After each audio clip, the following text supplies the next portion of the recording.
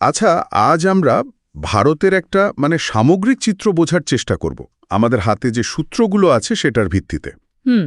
লক্ষ্যটা হলো এই বিশাল দেশটার মূল দিকগুলো, এর বৈচিত্র্য, এগুলো একটু চট করে জেনে নেওয়া। ঠিক, যেন এক ঝলকেই অনেকটা বোঝা যায়। হ্যাঁ, তো চলুন দেখি সূত্রগুলো কি বলছে। গভীরে যাওয়া যাক। অবশ্যই। আমরা তো ভারতের একদম প্রাথমিক পরিচয় থেকে শুরু করে এর যে বিশাল ভৌগোলিক বিস্তার সেটা দেখব। ইতিহাসের কিছু জরুরি মোড়, সরকার কিভাবে চলে, সংস্কৃতি, অর্থনীতি, প্রায় সব দিকই ছুঁয়ে যাব আর কি। হ্যাঁ, বিজ্ঞান, খেলাধুলা, ভবিষ্যৎ সবই আছে মনে হচ্ছে। হ্যাঁ, সূত্রগুলো বেশ বিস্তারিত। তাহলে একদম বেসিক কিছু তথ্য দিয়ে শুরু করি। সরকারি নাম তো ভারতীয় প্রজাতন্ত্র। রাজধানী নতুন দিল্লি, কিন্তু সবচেয়ে বড় শহর বা অর্থনীতির কেন্দ্র বললে মুম্বাই। ঠিক। আর জনসংখ্যা প্রায় 1.44 বিলিয়ন। এটা সম্ভবত 2025-এর ডেটা অনুযায়ী। হ্যাঁ, বিপুল জনসংখ্যা, ভাবা যায়। এই বিশাল সংখ্যক মানুষের জীবনযাত্রা যে কত বৈচিত্র্যময় হবে।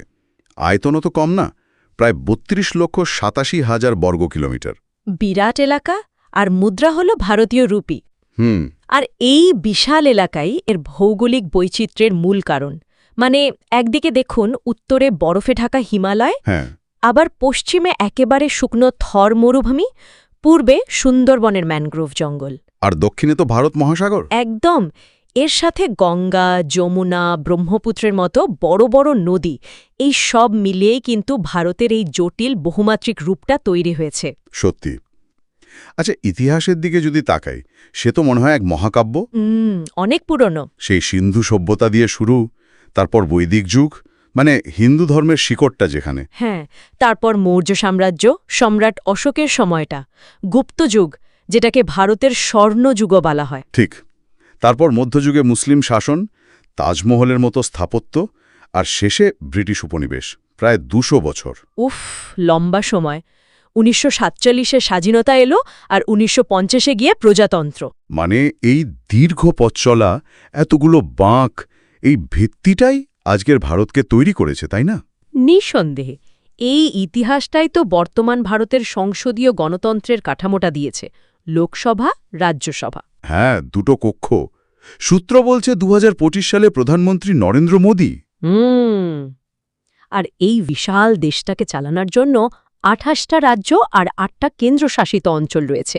ইতিহাসের পথ ধরেই এই রাজনৈতিক বাস্তবতা। আর সংস্কৃতি, এটার কথা না বললেই নয়। ভারত মানেই তো একটা অবিশ্বাস্য বৈচিত্র্য। একদম, নানা রঙের মিশেল। প্রায় 89% হিন্দু, আবার 14% মুসলিম। এছাড়া খ্রিস্টান, শিখ, বৌদ্ধ, জৈন, আরও অনেকে। ঠিক। 22টা সরকারি ভাষা, কিন্তু মুখের ভাষা যে কতগুলো তার হয়তো হিসেবই নেই। শত শত তো হবেই। আর উৎসব, দিওয়ালি, ঈদ, বড়দিন, হোলি, পঙ্গাল, দুর্গাপূজা তো আছেই। সারা বছর ধরেই কিছু না কিছু চলছে। আর বলিউড সিনেমা, ভারতনাট্যম বা কত্থকের মতো নাচ। খাবারের কথা তো বাদই দিলাম। উত্তরে গেলে রুটি মাংস, দক্ষিণে ইডলি ডোসা, পূর্বে মাছ ভাত রসগোল্লা, পশ্চিমে ঢোকলা ভেলপুরি। প্রতিটা অঞ্চলের একদম নিজস্ব স্বাদ। এই যে সাংস্কৃতিক বৈচিত্র্য, এটা কিন্তু দেশের অর্থনীতিরও একটা গুরুত্বপূর্ণ দিক। একে অপরের সাথে জুড়ে আছে। আচ্ছা, কিভাবে? দেখুন, জিডিপির হিসেবে ভারত এখন বিশ্বের 5ম বৃহত্তম অর্থনীতি। হ্যাঁ, সেটা জানি। এর পেছনে তথ্য প্রযুক্তি বা আইটি খাতের বিরাট ভূমিকা। টিসিএস, ইনফোসিসের মতো বড় বড় ভারতীয় কোম্পানিগুলো এখন বিশ্বজুড়ে কাজ করছে। ঠিক। এর সাথে আছে ওষুধ শিল্প, কৃষি তো বটেই, এমনকি মহাকাশ গবেষণা সংস্থা ইসরো। হ্যাঁ, ইসরোর কথা তো বলতেই হয়। চন্দ্রযান, মঙ্গলযান। একদম। এগুলো এখন দেশের গর্ব, আবার অর্থনীতিরও একটা চালিকা শক্তি। তবে কি? এই অগ্রগতির সাথেই কিন্তু বেশ কিছু কঠিন চ্যালেঞ্জও আছে। বেকারত্ব, পরিবেশ দূষণ, দারিদ্র্য, এগুলো এখনও বড় সমস্যা। সূত্রগুলোতেও এই দিকটা উল্লেখ করা হয়েছে। সত্যি, এই বৈপরীত্যটা কিন্তু খুব স্পষ্ট। একদিকে দ্রুত উন্নতি, অন্যদিকে এই সমস্যাগুলো। আচ্ছা, বিজ্ঞান প্রযুক্তির কথায় আসি। আইএসআরওর সাফল্য তো বিরাট। অবশ্যই। চন্দ্রযান, মঙ্গলযান, এখন আবার আদিত্য L1, যেটা সূর্যকে পর্যবেক্ষণ করবে। ভাবা যায়।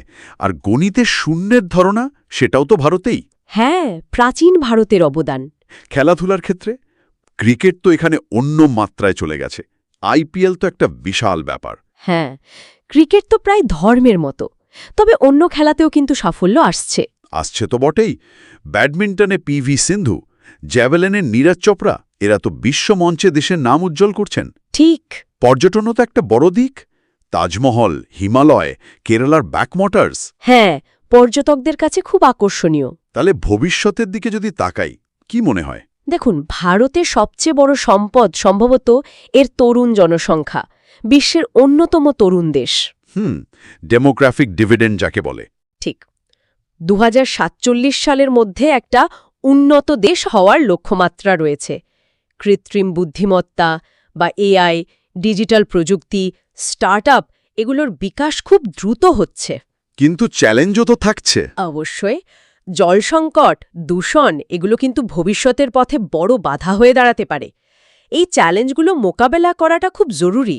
তাহলে এই পুরো আলোচনা থেকে যেটা বুঝলাম, ভারত মানে একটা বিশাল ক্যানভাস, বৈচিত্র্য, গভীর ইতিহাস, গতিশীল বর্তমান, সব মিলিয়ে অপার সম্ভাবনা আছে, কিন্তু কঠিন রাস্তাও সামনে। এত অল্প সময়ে পুরোটা বোঝা তো সম্ভব না। না, একেবারেই না। তবে আশা করি মূল ছবিটা স্পষ্ট হয়েছে কিছুটা। হ্যাঁ, সেটাই।